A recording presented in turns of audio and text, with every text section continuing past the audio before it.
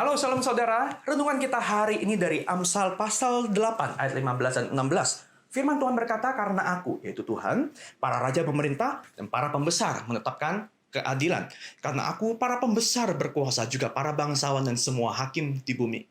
Saudara, hari ini tidak ada yang lebih sulit daripada menjadi seorang pemimpin di tengah krisis, global maupun lokal. Saudara membaca bahwa Presiden Sri Lanka bahkan melarikan diri dari posisinya sebagai presiden yang harusnya memimpin negara di tengah kondisi krisis. Tapi dia malah lari, saking rumitnya menjadi pemimpin negara. Saudara, saya dan engkau juga adalah pemimpin. Saudara pasti juga menghadapi pergumulan yang serupa, baik sebagai pemimpin di pekerjaan, keluarga, organisasi masyarakat, dan gereja. Tapi ingat, sesulit apapun, saya dan saudara adalah pemimpin di area dan cakupan kita masing-masing. Dan perhatikan saudara, sesulit apapun keadaan, kehadiran dan tindakan seorang pemimpin akan turut menentukan situasi.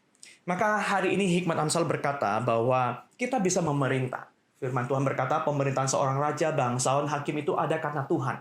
Maksudnya apa? Ini memberikan kepada kita dua reminder. Yang pertama, semua pemimpin, saya dan saudara, kita bisa menjadi efektif sejauh kita menyadari bahwa semua kebutuhan untuk memimpin itu datangnya dari Tuhan. Saya dan saudara tidak pernah kelebihan hikmat. Kita perlu hati yang selalu terbuka untuk mencari tuntunan, mencari pengetahuan, dan mencari panduan dari Tuhan. Jangan pernah mengandalkan situasi kalau kita kuat, kita punya uang, kita punya relasi, kita punya kuasa, itu tidak akan pernah cukup. Kita harus mengenal keterbatasan diri, kita mengenal musim hidup saat ini, kita perlu peka, dan kita perlu mengerti prinsip-prinsip bagaimana kita mengelola semua sumber daya, termasuk relasi, untuk bisa menjadi pemimpin yang baik. Yang kedua, saudara, disadari atau tidak bahwa kesempatan untuk memerintah pun itu datangnya hanya karena Tuhan memberikan izin dan kuasanya. Sebaik atau seburuk apapun kita sebagai pemimpin. Saudara, contohnya Pilatus. Pilatus amat sesumbar ketika dia berkata kepada Tuhan Yesus bahwa nasibmu ada dalam tanganku.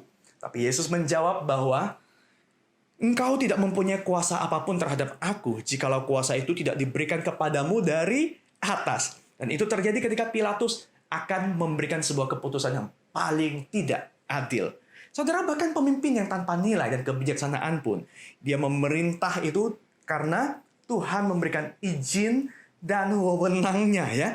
Dan tapi pada akhirnya seburuk apapun seorang pemimpin, bahkan seperti Pilatus, rencana dan kebaikan Tuhanlah yang akan terwujud.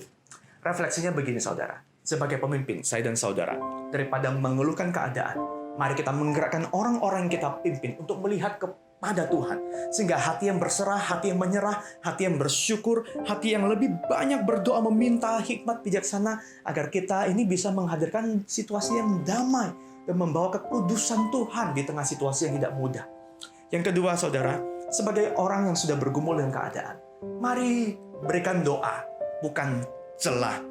Terutama untuk pemimpin yang memimpin kita di level manapun. Kita adalah pemimpin, tapi ingat kita juga adalah pengikut. Semakin saudara tidak tahan dengan kepemimpinan seseorang, semakin kita perlu berdoa, Tuhan, tolonglah ia. Karena Tuhan yang taruh dia di posisi ini. Jika Tuhan punya rencana lain, berikanlah kepada kami pemimpin yang lebih baik. Tapi ingat saudara, semakin tekun kita berdoa, semakin siaplah untuk menjadi pengikut yang baik. Tuhan Yesus memberkati.